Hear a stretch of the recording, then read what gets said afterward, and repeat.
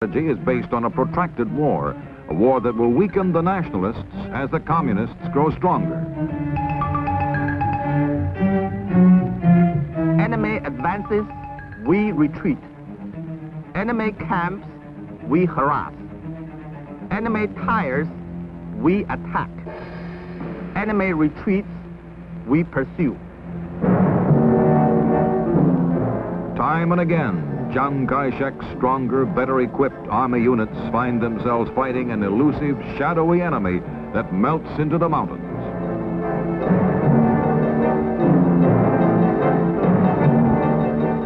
And in the midst of battle, communist soldiers harangue the nationalists, calling on Chiang's troops, often with great effect, to desert to the communist side.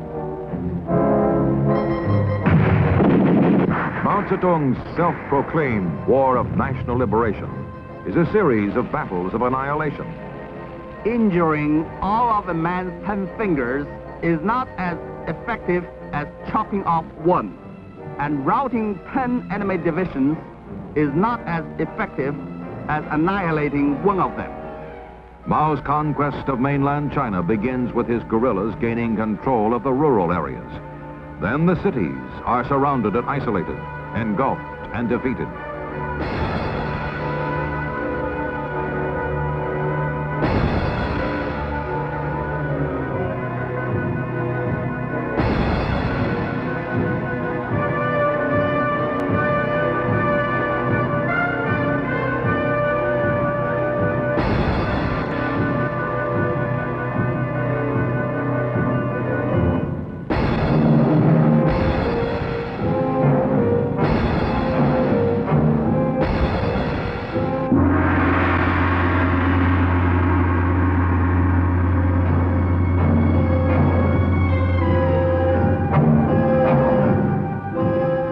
Mao's blueprint for conquest is succeeding just as planned.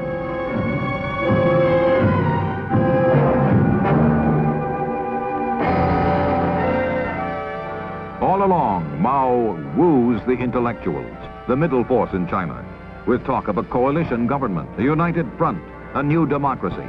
But Mao's promises of popular representation only mask the communist leader's real intentions.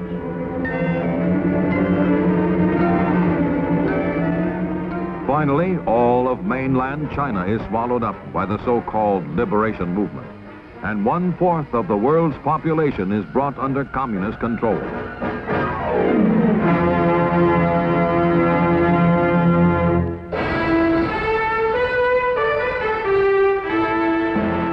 But on Formosa, renamed Taiwan, more than 10 million Chinese remain free. Chiang Kai-shek has escaped and set up a Republic of China government in opposition to the communists. Chiang signs a mutual defense treaty with the United States and vows one day to liberate captive China.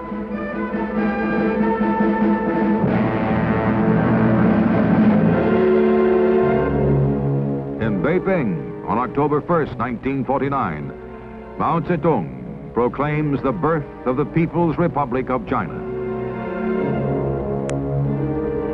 In communist China, with the War of National Liberation won, Mao Zedong reveals to the world that he is no gentle agrarian reformer. In the first 5 years of the People's Republic, at least 800,000 anti-communists, by Mao's own admission, are tried and executed. Millions more die from local excesses, from imprisonment, from assignment to so-called labor reform units. In foreign affairs, Mao becomes increasingly militant.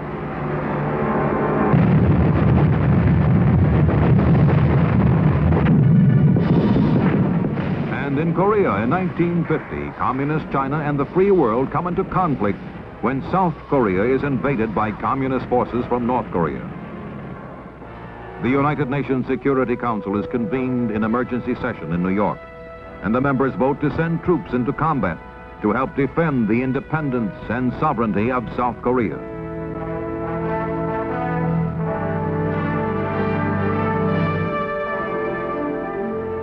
In December 1950, the Red Chinese intervene on the side of North Korea.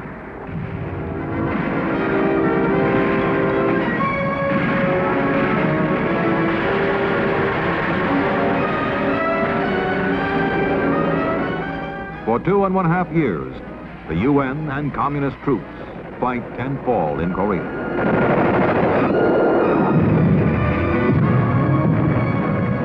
The United Nations forces hold, and in July 1953 at Panmunjom, an armistice is signed, fixing boundary lines much as they were when the invasion began. General William Harrison signs for the United Nations. General Nam Il accepts the agreement for North Korea.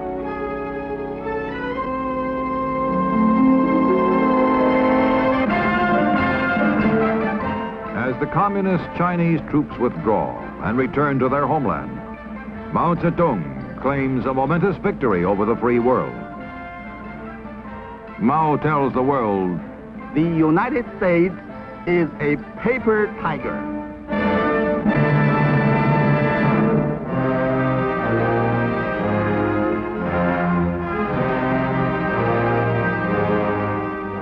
Immediately after the establishment of the People's Republic, all is harmony between the Chinese dragon and the Russian bear. Moscow rolls out the red carpet for the visitor from Peking. And it is not long before the two giants of the communist world, controlling together more than 1 billion lives, sign a 30-year treaty of friendship, alliance, and assistance. Each country promises not to join in any coalition against the other, and both agree to consult regularly on matters of mutual concern.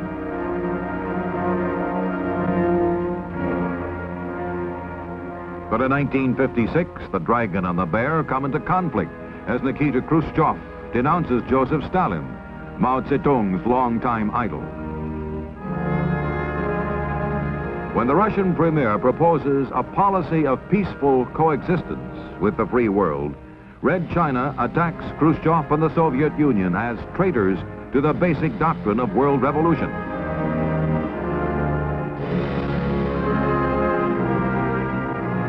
As the years go by, the rift grows wider.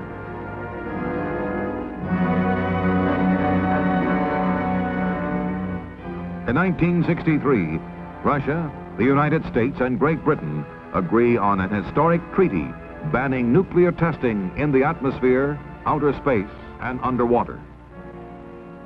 The treaty, the increasing contact and communications between Russia and the free world, reflect the Soviet leadership's growing concern with internal problems and so-called peaceful coexistence as a better way than force to spread communism around the world.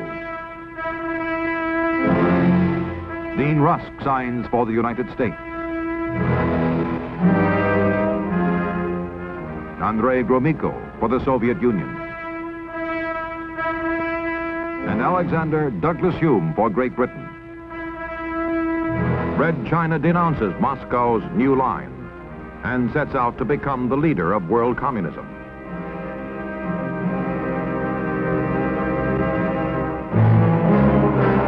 As generations of leadership change, as years